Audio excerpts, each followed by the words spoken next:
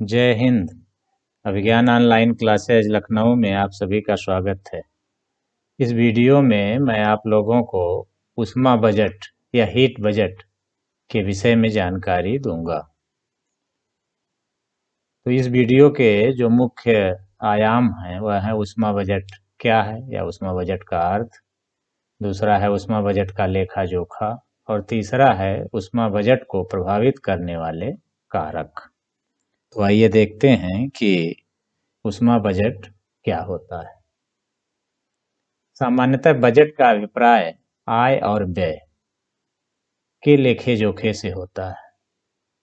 इसमें ऊष्मा शब्द भी जुड़ा हुआ है, इसलिए यह पृथ्वी को जो सूर्य के द्वारा ऊष्मा प्राप्त होती है और पृथ्वी के द्वारा जो ऊष्मा खर्च की जाती है, उन दोनों का लेखा जोखा ऊष्मा बजट कहलाता है। यहाँ पर परिभाषा के रूप में आप देखेंगे तो लिखा हुआ है, सूर्य से पृथ्वी की ओर आने वाला लघु तरंग सौरिक विकिरण सूर्यातप कहलाता है। इसी तरह पृथ्वी से अंतरिक्ष में जाने वाला दीर्घ तरंग विकिरण पार्थिव विकिरण कहलाता है। तो सूर्य से पृथ्वी की ओर आने वाले विकिरण और पृथ्वी से अंतरिक्ष की ओर जाने वाले विकिरण का लेखा जोखा ही ऊष्मा बजट कहलाता है। तो सरल रूप में आपको ये जानना चाहिए कि उस सूर्य से जो पृथ्वी को ऊष्मा प्राप्त होती है और पृथ्वी के द्वारा जो ऊष्मा अंतरिक्ष में मुक्त की जाती है, इन दोनों का जो लेखा जोखा है वही ऊष्मा बजट कहलाता है। अब हम देखते हैं कि पृथ्वी के ऊष्मा बजट का किस प्रकार से वितरण है। इस चित्र में आप देखेंगे तो सूर्य का जो की ऊष्मा सूर्य की ओर से जो सौर विकिरण आ रहा है, जिससे वो 100 इकाई है। तो यहाँ पर आपको दिख रहा होगा कि ये बादल हैं। यहाँ से 27 इकाई परावर्तित हो जाता है बादलों से। और इधर आपको ये दिख रहा होगा कि पृथ्वी की सतह से 2% या 2 इकाई सीधे अंतरिक्ष की ओर वापस कर दिया जाता है। तो ये 29 इकाई पृथ्वी के द्वारा सतह के द्वारा और बादलों के द्वारा वापस कर दिया जाता है अंतरिक्ष में। इसी के बाद जो भी ऊष्मा वायुमंडल में रहती है, उससे 6% या 6 इकाई अंतरिक्ष में बिखेर दिया जाता है। तो इस प्रकार से कुल 35 इकाई ऊष्मा या 35% ऊष्मा का अंतरिक्ष में वापस कर दिया जाता है। शेष ऊष्मा 14% वायुमंडल में रह जाती है। 17% जो प्रकीर्णित ऊष्मा होती है वो पृथ्वी के द्वारा अवशोषित कर ली जाती है और 34 इकाई या 34% जो सूर्य से विकिरण आता है वह सीधे पृथ्वी के द्वारा अवशोषित किया जाता है। तो 34 और 17 51 इकाई ये पृथ्वी के सतह पर आती है और बाकी ये 14 इकाई वायुमंडल में ही रह जाती है। तो इस प्रकार से ये 14 इकाई और ये 51 इकाई मिला के 65 इकाई या 65% ऊष्मा पृथ्वी के वायुमंडल में या पृथ्वी की सतह के पास रहती है। अब इसको देखते हैं कि पृथ्वी इसको कैसे खर्च करती है। अब यहाँ पर आप देख रहे हैं कि पृथ्वी की सतह से 23% ऊष्मा दीर्घ तरंग के रूप में अंतरिक्ष की ओर विकिरित की जाती है, जिससे 6% वायुमंडल में ही रह जाती है या 6 इकाई वायुमंडल में ही रह जाती है। 17 जो है 17 इकाई या 17% अंतरिक्ष की ओर चली जाती है। अब 9 इकाई ऊष्मा जो संवहन धाराएं चलती हैं, चक्रवात चलते हैं, उनके काम के लिए इस वायुमंडल में रहती है और यह भी पृथ्वी की सतह के द्वारा विकीर्ण होती है। और 19 इकाई जो पृथ्वी की सतह के द्वारा विकीर्ण की जाती है वह संघनन के रूप में पृथ्वी के वायुमंडल में आ जाती है।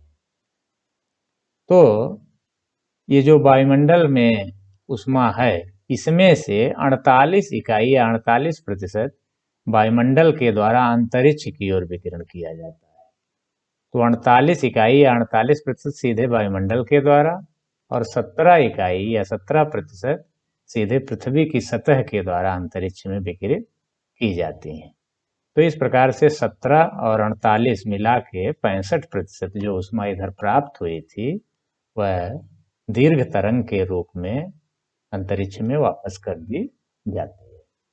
तो यही पृथ्वी का ऊष्मा बजट कहलाता है।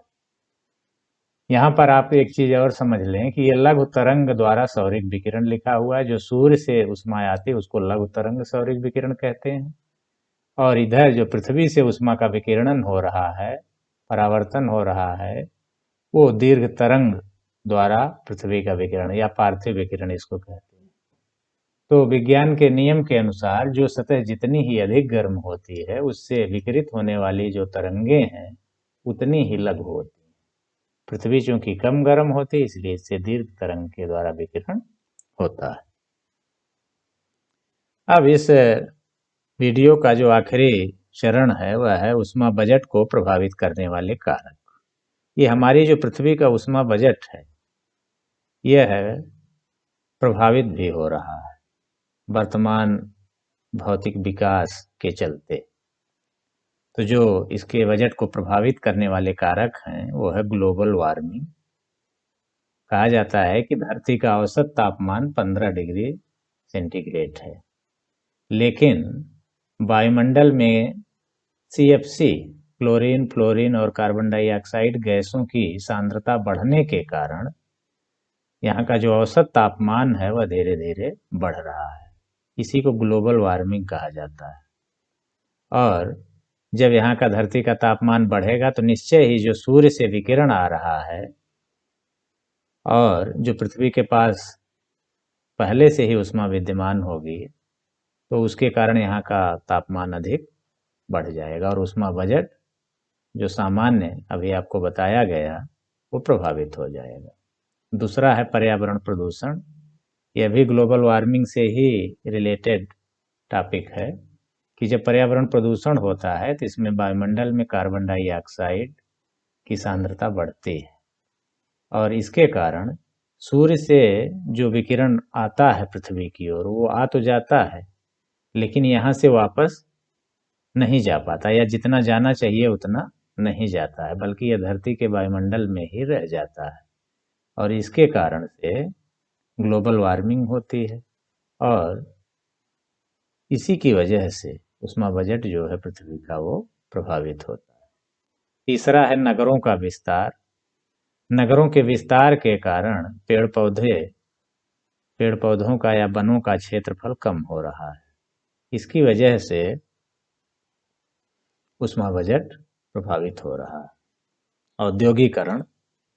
औद्योगिकरण भी ऊष्मा बजट को प्रभावित करने वाला महत्वपूर्ण कारक है, क्योंकि उद्योगों की स्थापना के कारण उससे निकलने वाले प्रदूषित धूल, धुएं आदि वायुमंडल को और प्रदूषित कर रहे हैं, जिसकी वजह से ग्लोबल वार्मिंग, पर्यावरण प्रदूषण आदि हो रहा है और इससे ऊष्मा बजट प्रभावित होगा या हो रहा है।